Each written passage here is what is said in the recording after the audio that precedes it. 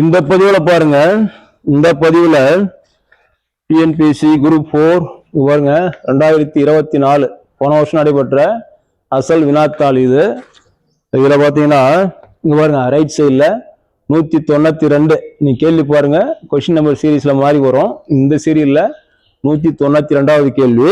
இதை போடுவாங்க. இதுல எழுதியிருக்க பாருங்க.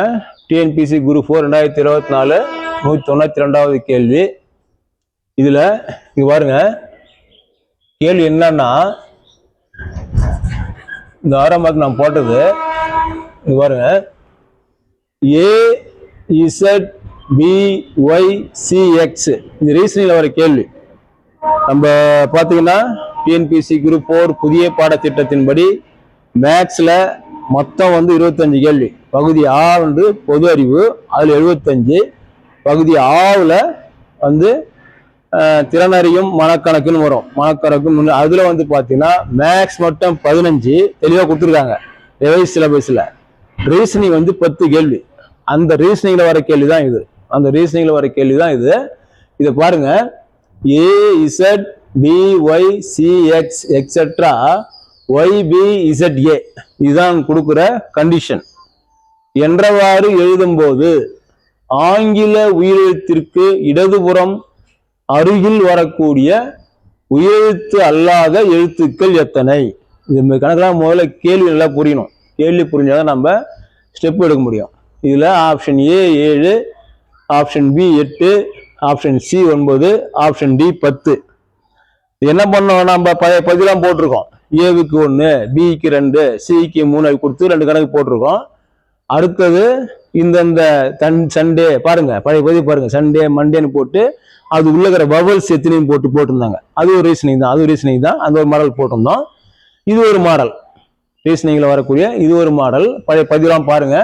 இந்த மாடல் எப்படி என்ன சொல்றாங்கன்னா, இங்க பாருங்க, ஏவுக்கு அடுத்தது பி இந்த லைன்ல போகுது, பிக்கு அடுத்தது சி இந்த சீரியல்ல போகுதா, ஏபிசி.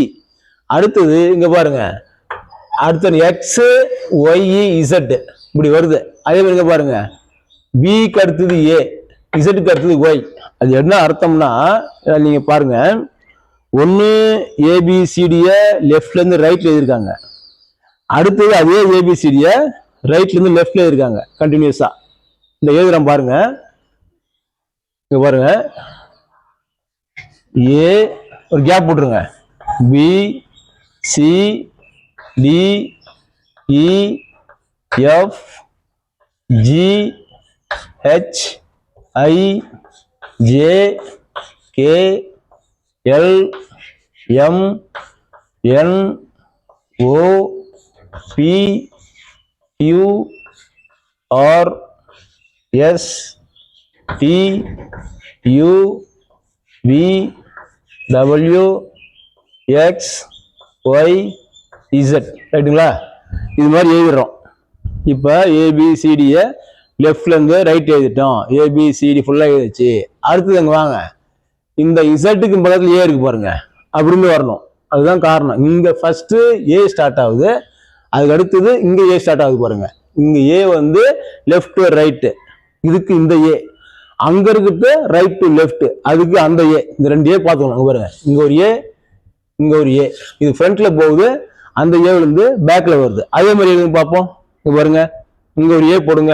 இசட்டுக்கு அப்புறம் ஏ போட்டீங்கன்னா இங்க ஏ, இந்த கேப்ல இங்க சின்ன பி, இங்க C D E F G H I J K L M N O P Q, இங்க R S T U V W X Y Z.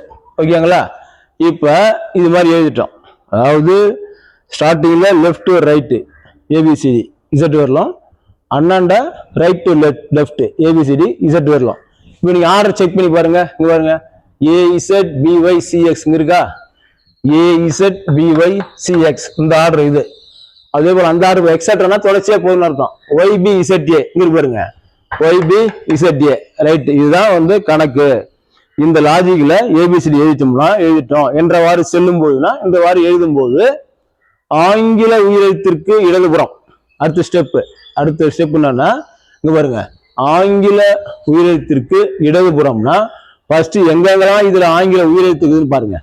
ஆங்கில உயிரெழுத்துக்குன்னு ஃபர்ஸ்ட் போட்டுருவோம். ஆங்கில உயிரெழுத்து என்னன்னு கேட்டீங்கன்னா வவல்ஸ்.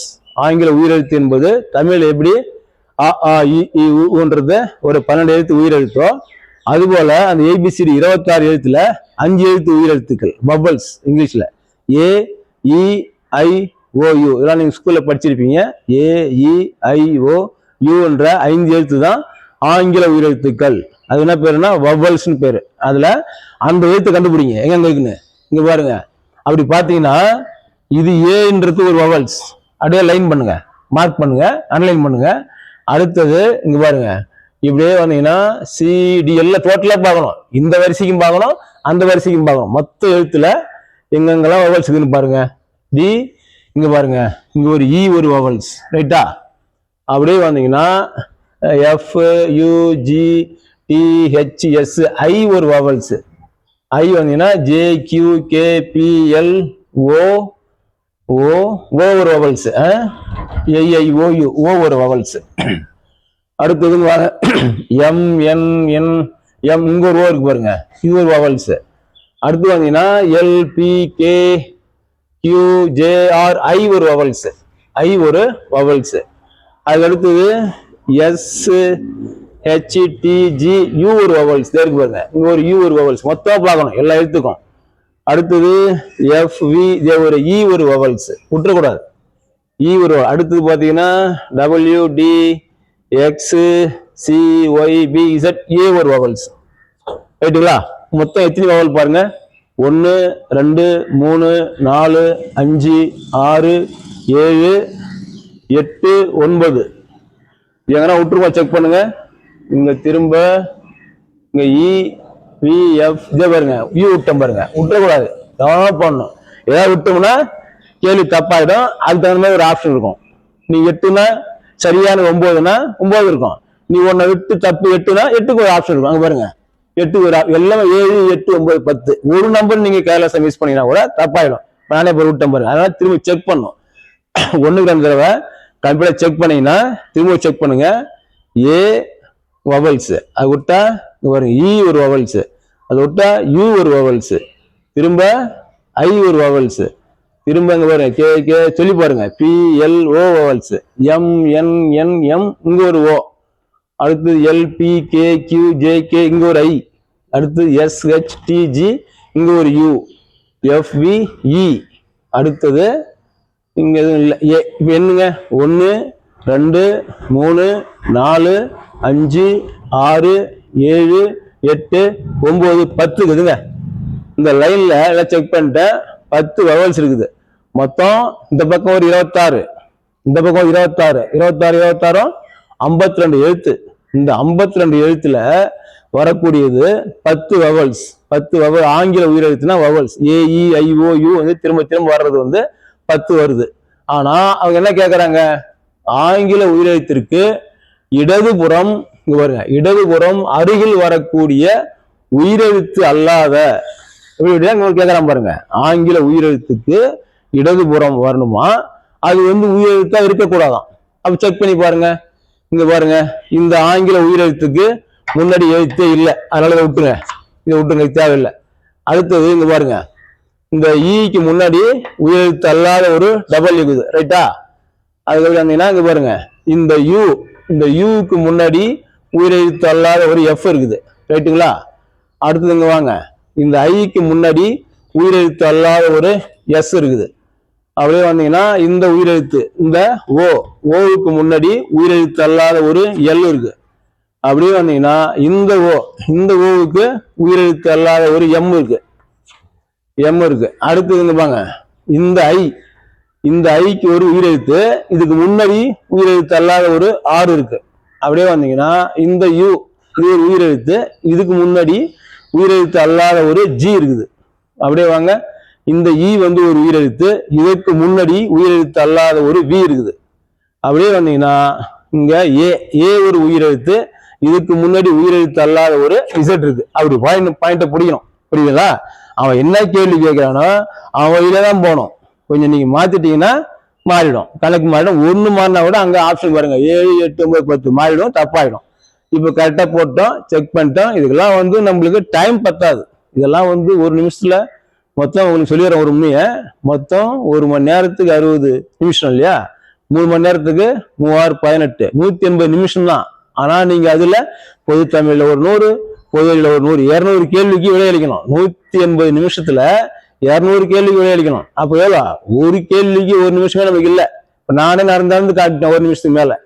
எப்ப எந்த அளவுக்கு நீங்க அப்டேட்டா இருக்கணும், எந்த அளவுக்கு நீங்க பிரில்லியண்டா இருக்கணும்ன்றத திங்க் பண்ணிக்கங்க. இப்ப பாத்தீங்கன்னா இந்த ஏவுக்கு முன்னாடி உயிரெழுத்து எல்லாம் எதுவுமே இல்லை, விட்டுருங்க.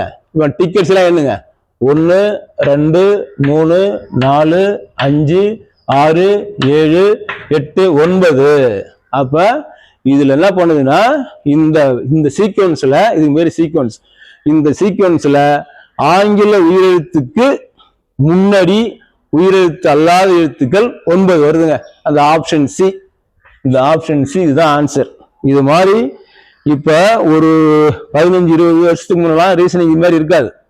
அப்பெல்லாம் ஒரு குரூப் 4 தேர்வுக்கு 5 லட்சம் பேர் தான் போடுவாங்க. இப்போ 25 லட்சத்துக்கு அதிகமா போடுறதுனால, சிலபஸ் எல்லாம் மாத்தினால இந்த அளவுக்கு எல்லா கேள்வியுமே சப்ஜெக்ட் ஓரளவுக்கு கஷ்டமா தான் இருக்குது.